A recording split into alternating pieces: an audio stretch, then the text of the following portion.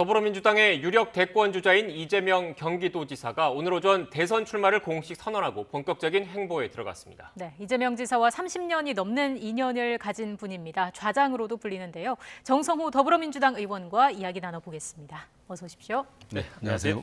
의원님 30년 직이라고 알려져 있는데 네. 사법연수원 때부터 알게 되신 겁니까? 네, 저희가 87년도에 사법연수원에 같이 들어갔고 그 이후 지금까지 잘 이렇게 각각 지내고 있습니다. 네. 에피소드가 좀 있을까요? 연수원에서? 뭐 특별한 에피소드 굉장히 열심히 공부했습니다. 다만 공부만 열심히 하셨으니까. 낮에는 공부하고 저녁에 만나서 자주 술 마시고 네. 또 저와는 그 2년 차 수습 나갈 때 제가 성남에서 검사 15 수습을 했었고 이 지사 집이 바로 그 상대원 달동네여갖고 퇴근하면서 같이 만나 이런저런 세상 이야기하고 뭐 각각 지냈죠. 네.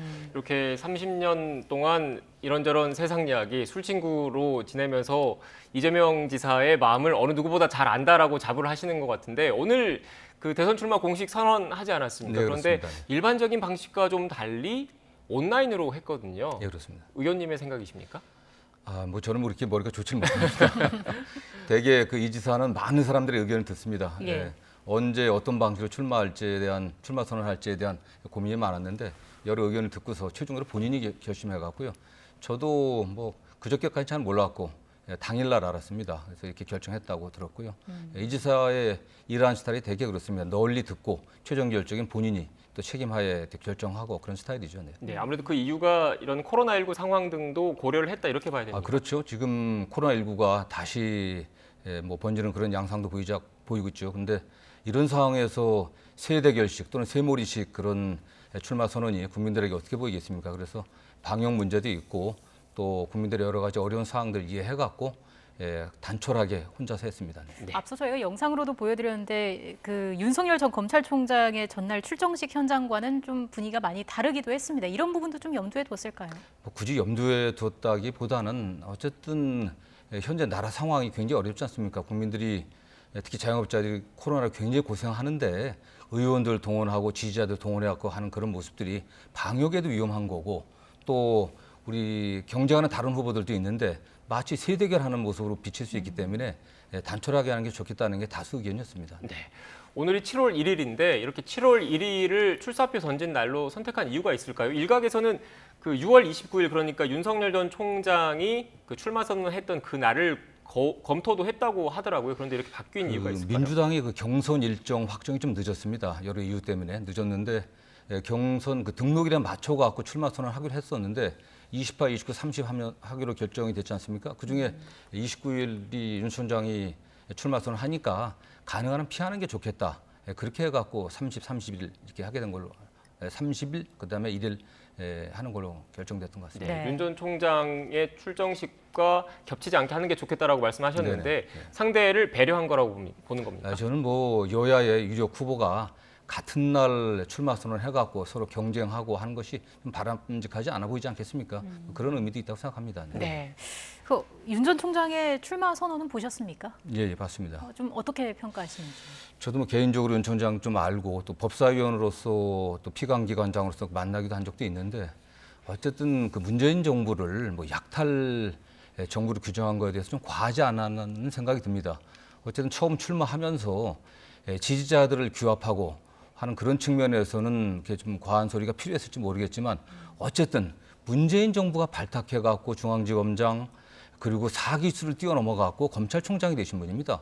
어떻게 보면 문재인 정부의 검찰 황태자였던 분입니다. 그런 분이 또 문재인 정부에 대해서 약탈 정부다라고까지 표현하면서 비판하는 건 과하지 않았나. 저는 그런 측면에서는 또 인사권자인 문재인 대통령에 대한 최소한의 인간적 도리의 한계를 좀 벗어난 게 아닌가 저는 생각합니다. 네, 윤 전 총장의 출마 선언에 대한 평가까지 해주셨는데 이재명 지사 오늘 그 출마 선언 이후에 현충원 일단 갔고 예, 그렇습니다. 그리고 안동 고향을 방문한다고 하던데 예, 맞습니까? 네네, 그렇습니다. 예, 안동을 먼저 찾는 이유가 있을까요?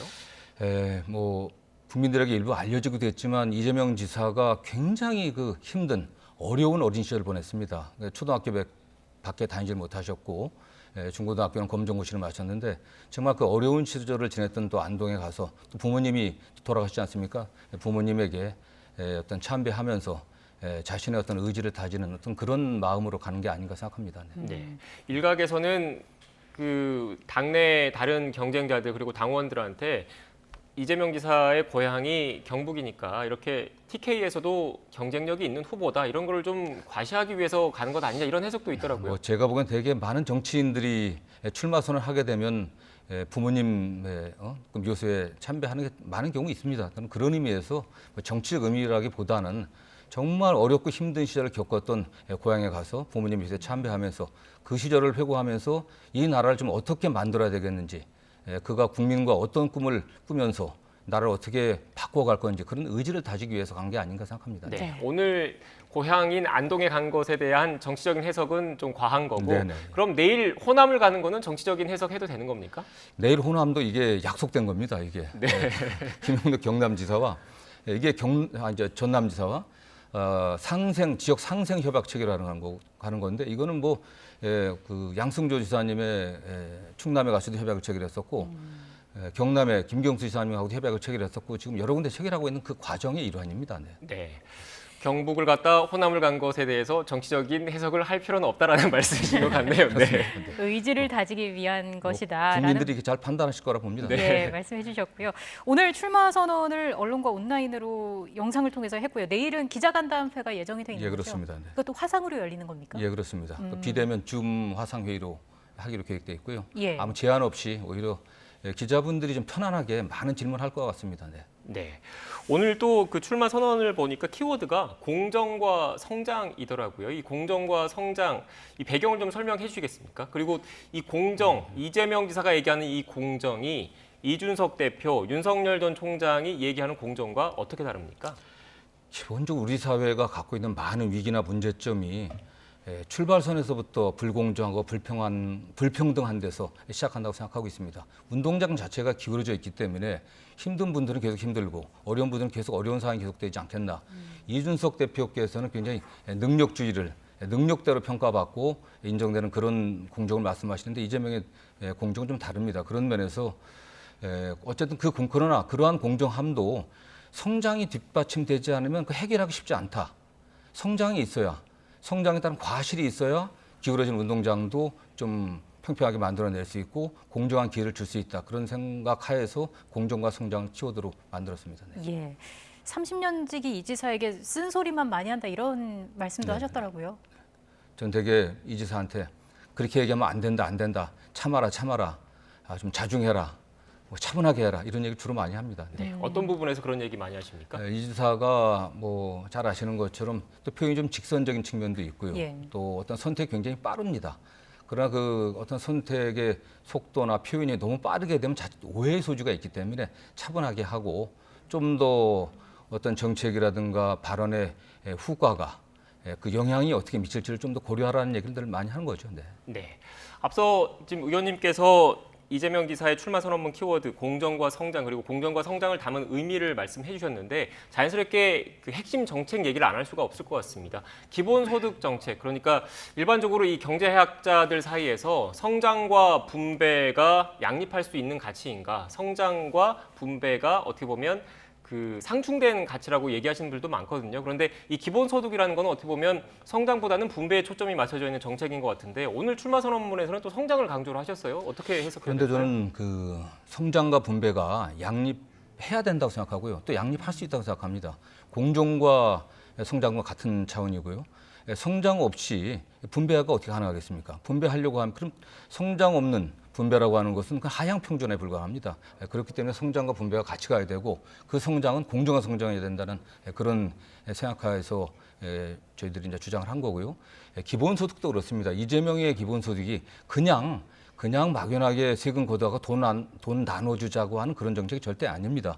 경제, 재정 여건에 맞추어서 그 수준에 맞게 보편적으로 국민들에게 지급하고 그 지급의 수준이라고 하는 것은 좀 단계적으로 그다음에 순차적으로 좀 점진적으로 좀 확대해 나가지 않은 그런 의미입니다. 네, 보편적으로 그 액수는 얼만큼 되겠다 이게 아직 확정된 단계는 아닌 건가요? 그렇지 않습니다. 그러니까 초기 단계에서는 지금 뭐 보편적 재난지원금처럼 1년에 뭐 25만 원, 20만 원씩 한 50만 원씩 또는 30, 60 정도씩 하는 그런 정도의 기본소득은 현재 재정 여건에서 가능합니다.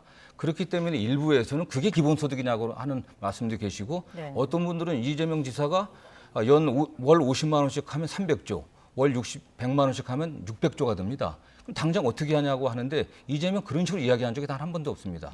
재정 여건에 맞게 그다음에 새롭게 세운들을 발굴하고 경제 상황에 맞춰서 국민적 합의를 거쳐서 하겠다는 겁니다. 네. 그런데 일각에서는 이 기본소득과 관련해서 우리나라 재정 여건이 그만큼 되느냐, 이 재원 마련은 어떻게 할 것이냐, 그리고 또 어느 한쪽에서는 대기업 회장한테 그 몇십만 원의 가치와 사회적 소외계층한테 몇십만 원의 가치가 분명히 다를 텐데 네. 어떻게 보면 사회적 약자들한테 좀 더 두텁게 지원을 하는 게 맞지 않느냐 이런 지적도 분명히 나오고 있거든요. 네. 지금 그 재난지원금의 지급 관련해 갖고 80%선은 얘기하고 있습니다. 그럼 80%하고 81%가 무슨 차이가 있겠습니까? 결국 우리 사회에 그 지원금의 어떤 재원은 돈이 많은 분들이 대기업에서 또 재벌들이 그런 분들이 내게 됩니다. 사실 그분들에게도 그런 정도 지원금을 준다고 하는 것이 크게 비중이 크질 않습니다. 그리고 그런 지원금들이 결국 소비로 들어가기 때문에 저는 오히려 선선한 효과를 낼 수 있는 게 기본소득 내지는 또는 보편적 지급이라고 생각합니다. 네. 네. 자, 지금부터 좀 경선 관련해서 이야기를 좀 해보도록 하겠습니다. 기존 2차례였던 TV 토론이 4차례로 확대가 됐고요. 네. 국민 면접 등 일정이 굉장히 많더라고요. 이 좀 시간적인 어떤 여유는 괜찮습니까? 근데 뭐 어쨌든 조건은 뭐 9분에게 다 똑같으니까 다만 이 지사가 경기도지사라고 하는 현직 공무원 아니겠습니까? 네. 그래서 도지사가 법상 가능한 그런 시간들을 활용해 갖고 하면 좀 충분히 가능하다고 보고 있고요. 어쨌든 뭐 마지막까지 경기도정에 최선을 다하는 모습을 보이는 게 또 기본적인 어떤 책임이라고 생각합니다. 네, 그러면 일단 경기지사를 그 최대한 법적으로 그만둬야 되기 전까지는 업무를 충실히 하겠다는 말씀이신 것 네. 같은데 오늘 그러면 그 안동에 가는 거, 뭐 내일은 또 업무적인 측면이 있다고 할 텐데 네. 오늘 안동에 가는 거 그리고 또 당내 경선에서 TV 토론하고 할 때 휴가 내고 하는 겁니까? 네, 그렇습니다. 아, 연차 내고 하는 법적으로 도지사가 쓸 수 있는 연가를 활용해 갖고 그렇게 지금 시간을 내고 있습니다. 네, 알겠습니다. 일단 지금 경선 얘기를 더 이어서 가보면 지금 정세균 전 총리 그리고 이광재 의원이 오는 5일까지 단일화를 하기로 했고 또 이것을 필두로 해서 이른바 비이재명계 연대 움직임이 가셔야되는 것 아니냐라는 얘기도 나오고 있습니다. 그게 결국 민주당 그 당 경선 룰을 보면 그러니까 과반 득표자가 나오지 않으면 결국 결선에서 과반 득표 나올 때까지 정하는 거잖아요. 그걸 노리고 하는 것 아니냐 이런 지적이 그 분석들이 나오고 있는데 여기에 대한 대응책이나 이런 게 좀 있습니까? 저는 뭐 결국 그 당심이라고 하는 것도 민심을 따라가고 당심과 민심이 상호작용한다고 보고 있습니다. 후보자들이 단일화한다고 해서 그 후보를 지지했던 국민들이 그대로 따라가지는 않습니다. 정치공학적인 우리가 생각만 한다고 하면은 1+1이 2가 될 거가 2 그리고 그 2의 시너지 효과를 내서 알파가 붙을 것 같지만 그렇지 않습니다.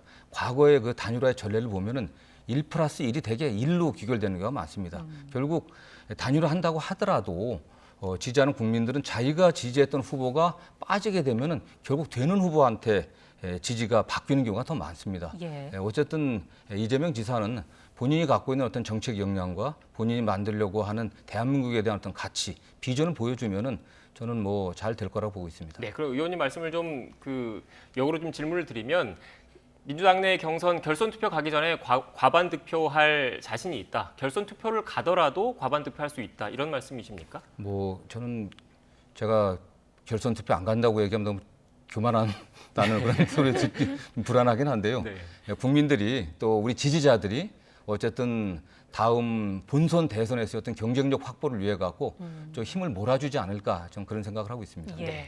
최근에 그 여론조사 지지율 관련해서 어떤 생각 갖고 계신지도 궁금한데 이재명 지사의 지지율이 현재 박스권이다 이런 이야기도 나오고 있습니다. 여기에 대해서는 어떤 말씀 해주실까요? 저는 뭐 그 야당에서 이준석 대표 취임 이후에 야당 지지율이 굉장히 높아지고 있지 않습니까? 네. 그런 상황에서 이재명 지사의 지지율이 25% 내외에서 떨어지지 않고 있다는 게 저는 그게 굉장히 중요하다고 생각합니다.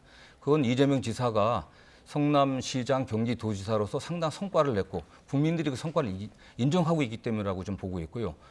당내 경선을 통해 갖고 조금만 더 역동성을 보인다고 하면은 그리고 민주당 지지층이라든가 또 이재명이 주장하는 정책에 대한 공감대가 좀 확대된다고 하면은 좀 이탈했던 중도층이 이재명 지지로 돌아올 거라고 보고 있고 빠른 시일 내에 상당 정도 지지율이 올라갈 수 있을 거다 이렇게 확신합니다. 네. 또 이게 좀 궁금한데 이재명 지사랑 친분이 깊으시고 또 교감을 하셨을 테니까 이재명 지사가 생각하는 야권 주자 가운데 가장 두려운 주자는 누굽니까? 이재명 지사가 별 두려움이 없습니다. 네. 이재명 지사의 어떤 리더십의 강점이 용기, 과감한 추진력인데 저는 뭐 어느 분이 나와도 이재명이 갖고 있는 어떤 정책과 비전으로 국민들을 설득할 수 있다고 좀 보고 있습니다. 네. 그럼 한 번 더 여쭙게 그러면 꺼리는 후보는 누굽니까? 뭐 특별히 그런 건 없습니다. 네. 제가 답변을 좀 듣고 싶어서 들었는데 답변을 조심스럽게 안 하시네요. 뭐 누구든 좋습니다. 네. 네, 알겠습니다. 일단 지금 본격적으로 민주당 내 경선 준비를 해야 되는데 지금 어떻게 보면 캠프 좌장 역할을 하시는 걸로 알고 있습니다. 그런데 보직을 따로 맡으신 건가요? 어떻습니까? 저는 뭐 소위 말하는 과거 이재명 캠프의 특징이 과거와 다르다는 겁니다. 과거의 조직들이 뭐 상명하복식 또는 뭐 피라미드식 조직이었는데 이재명 조직은 밑으로부터 올라간 상위 하달식의 하위 상달식의 조직이거든요. 수평적 조직입니다. 그래서 제가 특별히 뭐 그걸 안 맡아도 역할을 할 수 있고 가장 중요한 게 다른 캠프에 있는 분들이 나중에 편안하게 들어올 수 있게 네. 제가 여기에 책임을 맡아 좌장을 맡아갖고 역할을 한다고 하면 좀 부담되지 않겠습니까? 그러나 다 제가 좀 뒤로 물러나 있어갖고 다른 분들이 들어오기 편하게 하는 그런 여건들을 만들고 또 지금 캠프 내에서도 작은 갈등이라든가 또 소외감이 없게 만드는데 좀 역할을 하기 위해서 제가 아무것도 안 맡고 있습니다. 네, 지금 제가 이 답변을 하셔서 추가로 마지막으로 짧게 네. 하나 여쭐게요. 다른 캠프 분들이 오기 편하게 하기 위해서 별도 자리 안 만든다고 말씀하셨는데 비이재명계 이른바 비이재명계 연대 움직임 있는 거지 않습니까? 여기에 네. 맞서서 이재명계 연대도 추진하겠다 이런 말씀이십니까? 그렇지 않습니다. 그럼 이재명은 그냥 이재명 스타일로 나가면 되기 때문에 다른 캠프가 들어온다고. 아니 그건 이제 나중에 그 네. 경선이 저희 이재명 후보가 승리해갖고 당이 후보가 된다고 하면 다른 캠프에 계신 분들을 다 모아서 원팀을 만들어야 되지 않겠습니까? 네. 근데 승리한 이재명 캠프가 이후를 말씀. 확실하게 만들어져 있으면 들어오기 쉽지 않거든요. 그런 면에서 제가 뒤로 물러나갖고 다른 분들이 들어올 수 있는 공간을 만들어놔야죠, 사실. 네, 알겠습니다. 지금까지 정성호 더불어민주당 의원과 함께 이재명 지사의 대권 도전 관련된 이야기 나눴습니다. 오늘 말씀 고맙습니다. 고맙습니다. 고맙습니다.